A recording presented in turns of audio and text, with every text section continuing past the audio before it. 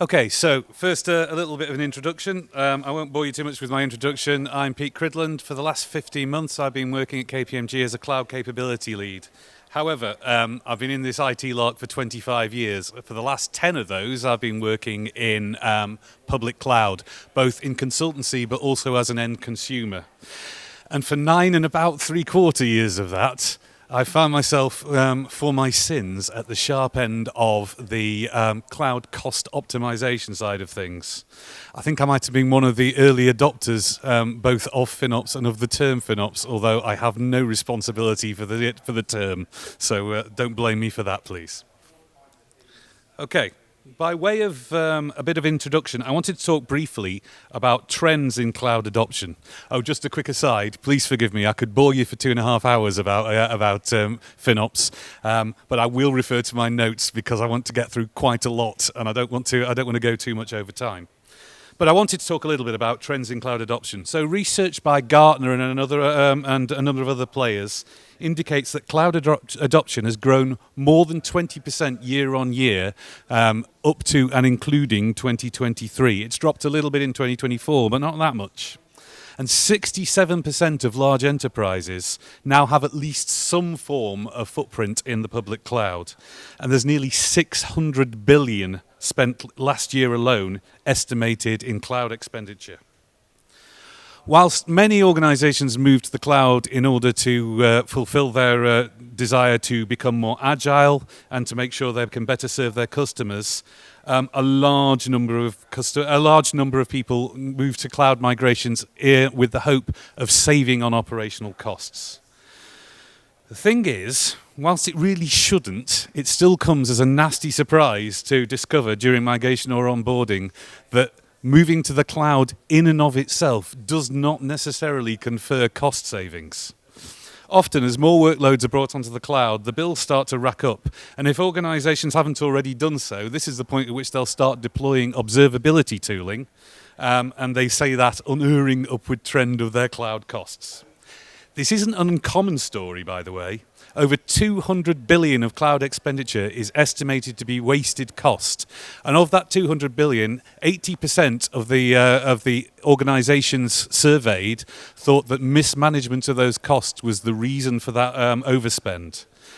And it's really not as surprising as you think. Less than 10% of those surveyed actually had a FinOps capability provisioned within their organization. But how do we actually get there? Well, let's look at a typical cloud migration story. Just to be clear, this is not modelled on any specific customer, but it is a very, very common story. And anyone who's worked in FinOps, anyone who's worked in cloud migrations, and in fact anyone who's worked in cloud will probably recognise this. And I suspect there's a few people in the room today with whom this will resonate. So, the story starts with a compelling event. It might be that the lease is about to expire on your data center. It might be that your co-location contract is up for renewal. It might just be a new CTO with cloud-first aspirations. Whatever it is, the compelling event results in an organization engaging with either cloud service providers or potentially a third-party consultancy to establish a business case for migration or moving workloads into the cloud. And there are really good reasons to do so, don't get me wrong. Clearly, the hyperscalers, by their very nature, work at a scale that none of us can really aspire to replicate. And that's not just in terms of running their data center, but also in terms of the security to manage that data center and all of the infrastructure, code, hypervisor, etc. that's running on top of that. For details of shared security model, there's plenty of very good slides around about that. And they're very good. So, unsurprisingly, hyperscalers are very good at explaining this value proposition. Clearly, bringing people onto public cloud is what they want to do. But to their credit, they're also very good at explaining the conditions that you need to fulfill in order to actually realize effective savings by moving to the cloud. It's just that people don't often listen to that bit of it. So, whatever your compelling event is, there's typically it becomes time bound. There's a hard deadline. You know you need to get things moved. For instance, your data center is going to be closing, so you need to move. And because you need to move, all of those work streams that you've discussed with consultants or with the cloud providers about changing your operating model to effectively run in the cloud get shunted to one side. We'll do that later. And the business of moving stuff out of your data center into the public cloud proceeds with a will. And then you get into the delivery phase. So you'll do your initial pilot migrations, all's going well, it's looking great. And then you start to actually move things en masse. And then procurement start to complain because the bills start racking up and the numbers don't fit that projected budget that you're expecting. And again, realistically speaking, you've not re-architected, this could have been foreseen.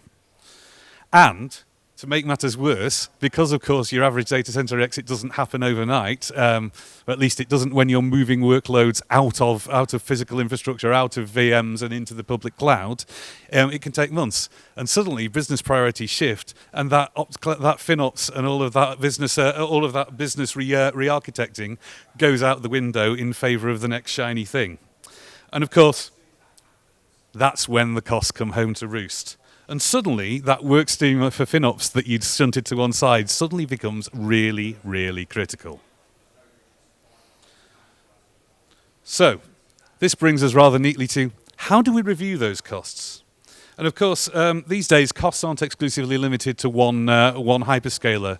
Most companies will have a multi-cloud strategy, and that multi-cloud strategy might not just be public cloud. It might also include a hybrid cloud component with a mixture of public and private cloud type capabilities. And there are a number of mature service offerings available that will allow you to actually observe these costs.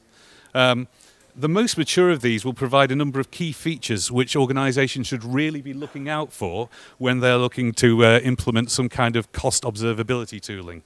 Firstly, cost allocation based on asset-based tagging of cloud resources. Next, budget management and visualization of budget versus actuals. The ability to configure cost anomaly alerting. And finally, the ability to identify opportunities for cost optimization, quantification of those, and some form, ideally, of automated remediation capability. This latter capability is something that tools like Turbonomic is particularly good at, although we'll talk later about challenges of implementing automation for optimization. So tools such as Cloudability and Cloud Health, for instance, have a long track record of delivering these capabilities, and they've matured into mature multi-cloud solutions that can provide insights across your hyperscalers and sometimes even into your private cloud. But one thing to be aware of is to avoid double counting. A good rule of thumb is that if your tool provides you with a figure for potential optimizations, then about 40 to 50% of that is probably the realistic number. And it's key to understand, of course, that this particular observability tooling for cloud costs does not exist in a vacuum. Neither do the workloads which they monitor. So, when considering total cost of ownership of public cloud, and particularly when comparing it to data center costs, there are a number of key integrations that organizations need to consider. Firstly, this ability to allocate the costs and to allocate them to various business units, to various projects, for instance, to various workloads, probably will require information within your CMDB system. So engagement with that CMDB system is important. And whilst a lot of these tools, well, the majority of these tools, and certainly the most mature ones, do provide some customizability for reporting, realistically speaking, different people within your organization will have different requirements for what they need to see. So as a result of which, some form of integration with your Power BIs, with your QuickSights, with other tools to actually fit your reporting to the needs of your stakeholders is kind of critical. And when analysing total cost of ownership against you don't just take into account cloud. We've talked about private cloud, we've got your data center running costs, you've got your power and cooling, you've got your human resources to do that, you've got your security, you've got your licensing, all that other good stuff that you need to consider. And so integration with some kind of budget monitoring or TVM tool, such as Aptio, is kind of important if you're wanting to create business cases and understand the cost benefits of migrating particular workloads to the public cloud. Let's talk about what everyone came here to talk about. How do we actually control those costs? So, I've got a pyramid here, and the pyramid is designed to put in order from top to bottom and in size the potential for cost savings with these various different optimizations. First up is right sizing.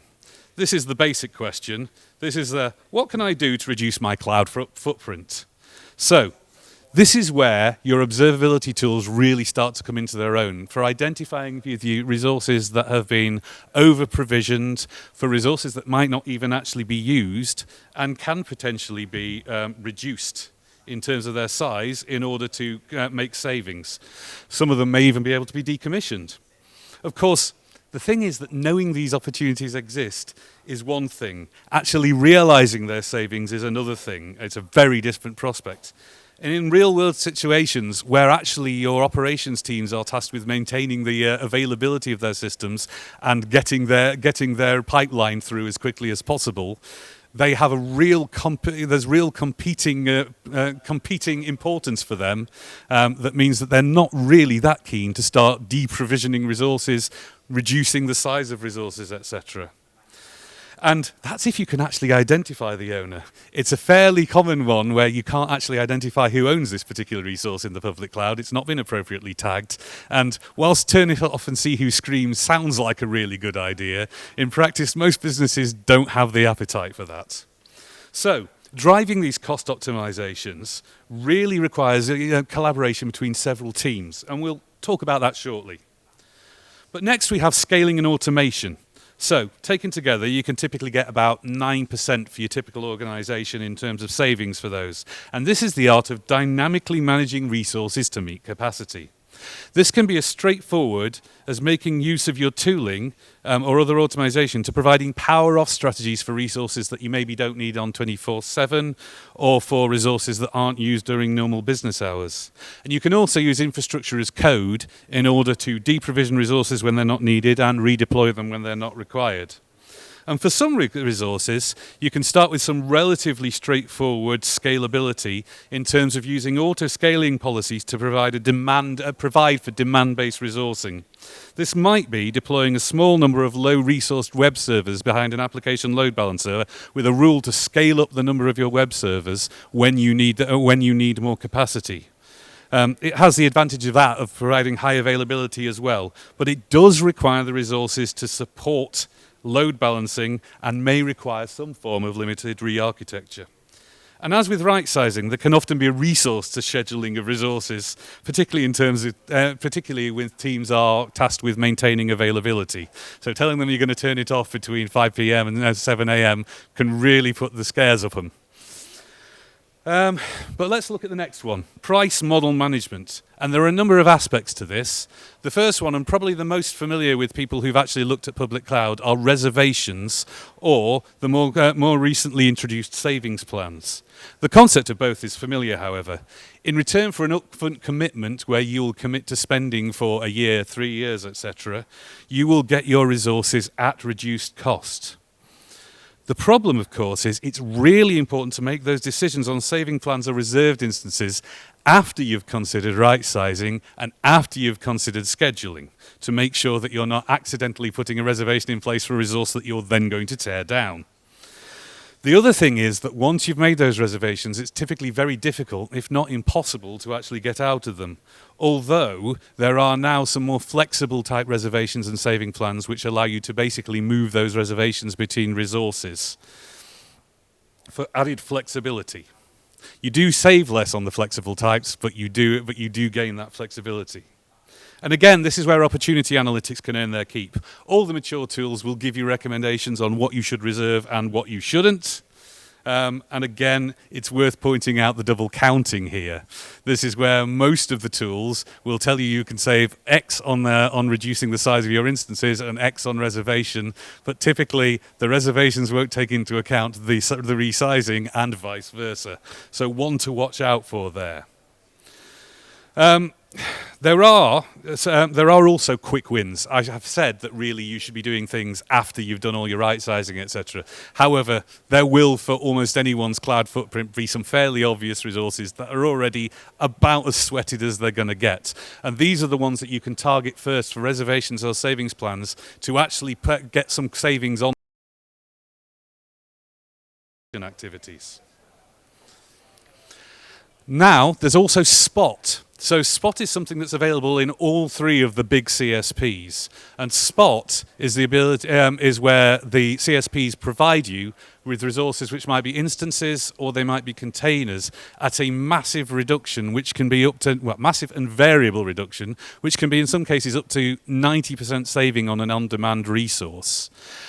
The kicker here and the quid pro quo is that there is no guarantee of them remaining available. So for your typical Spot instance or container, they can be removed at minutes' notice in favour of customers who are willing to pay on demand or have already got reservations that they want to fulfil.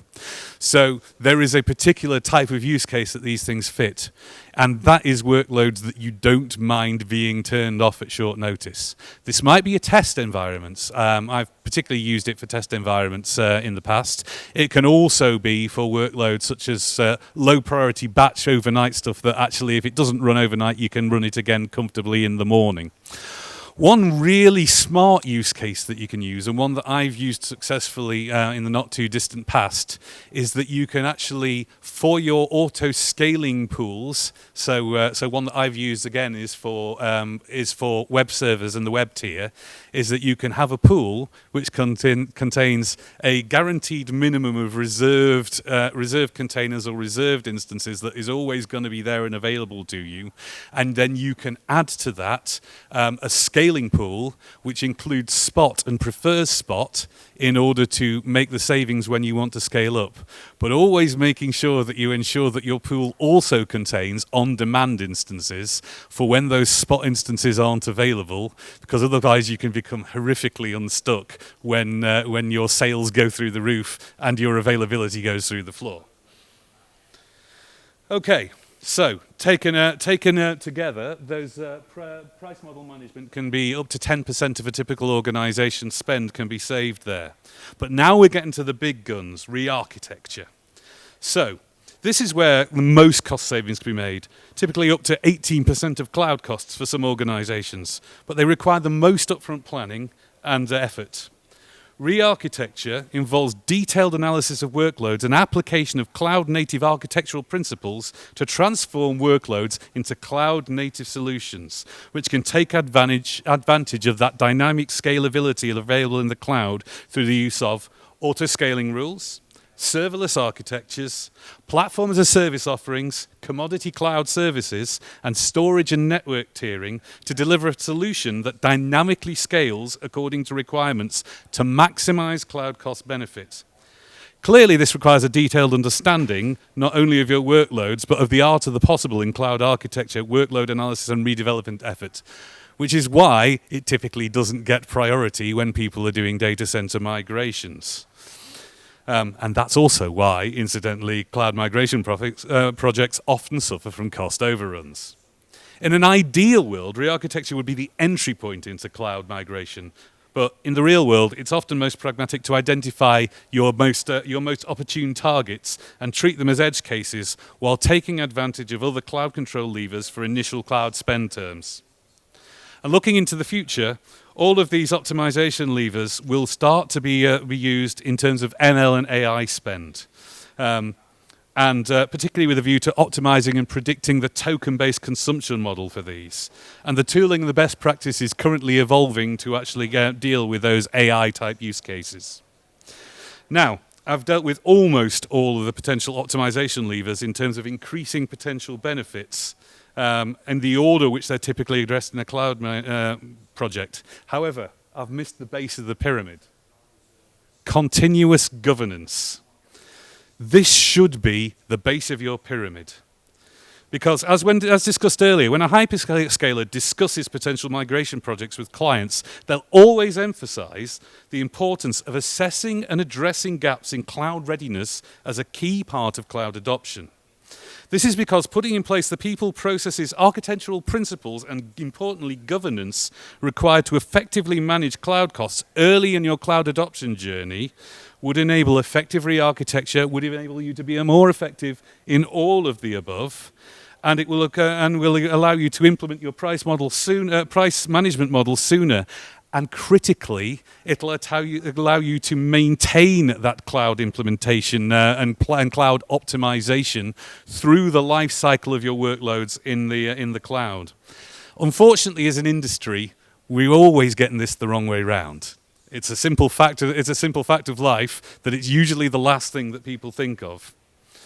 And that's a shame, because what happens is we're generating significantly more effort and significantly more cost, both in terms of the cloud spend, but in terms of the resource required in order to do that one and done optimization, and then do it again 6 months down the line when the costs have gone up, and then do it again.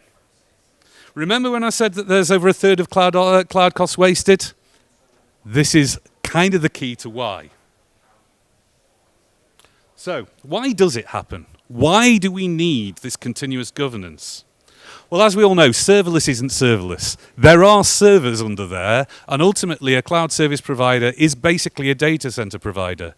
But it's not our data center, it's not a client data center, it's not your data center.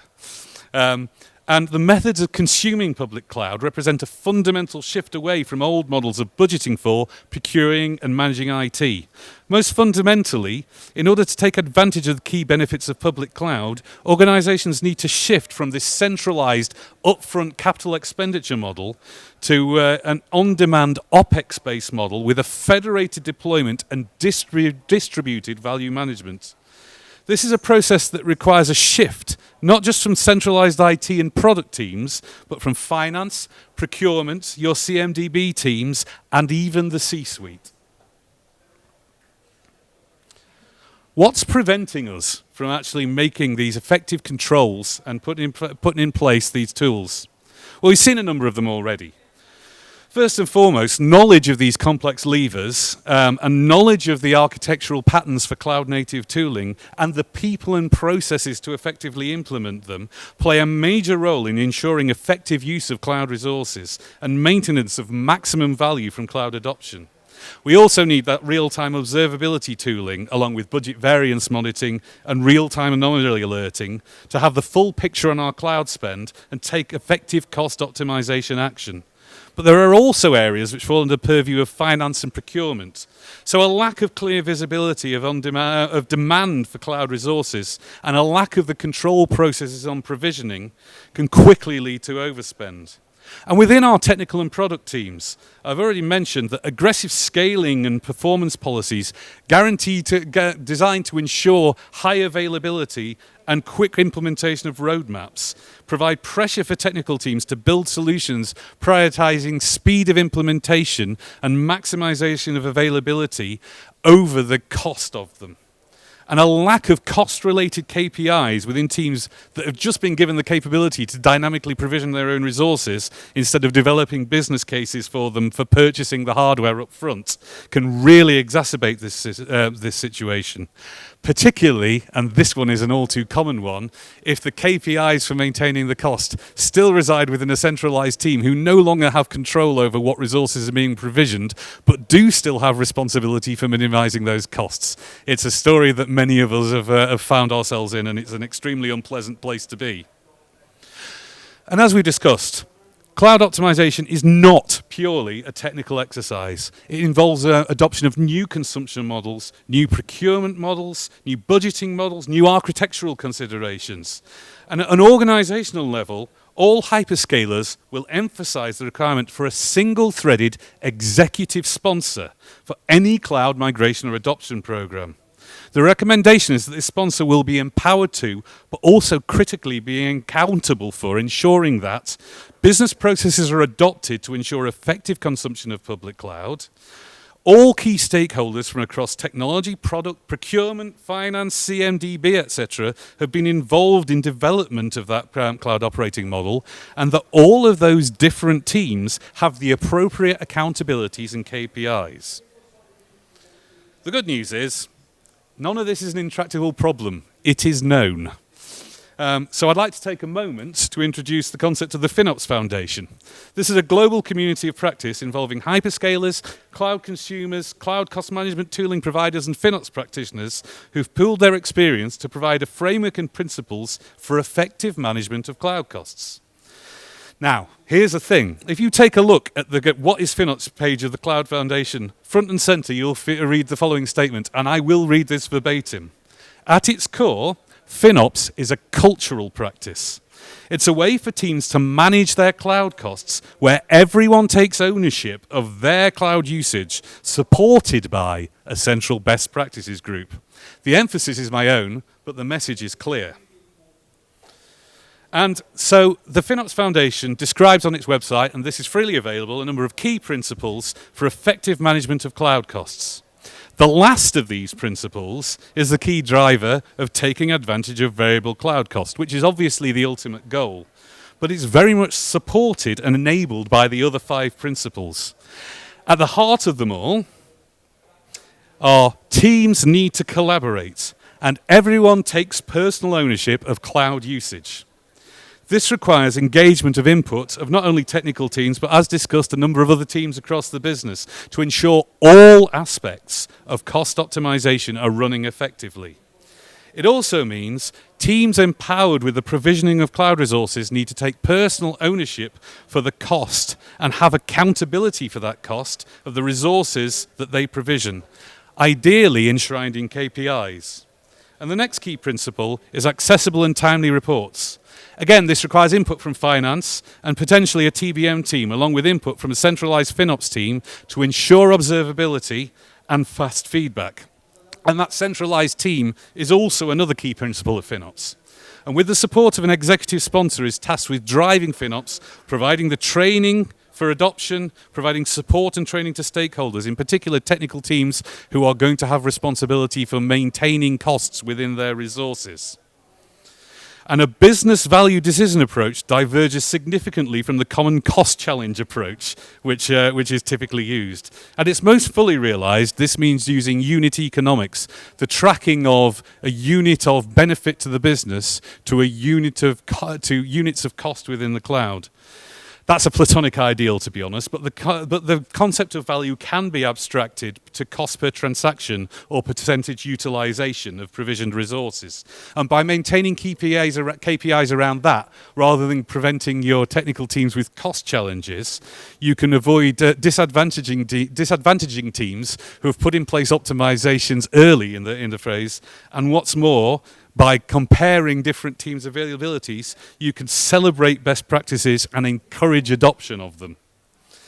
So, FinOps Foundation, as I mentioned, provides a free-to-use documentation, provides details of the principles, provides details of the framework for adopting them, and for typical operational personas and their areas of responsibility, it provides a kind of areas of expertise and areas of responsibility.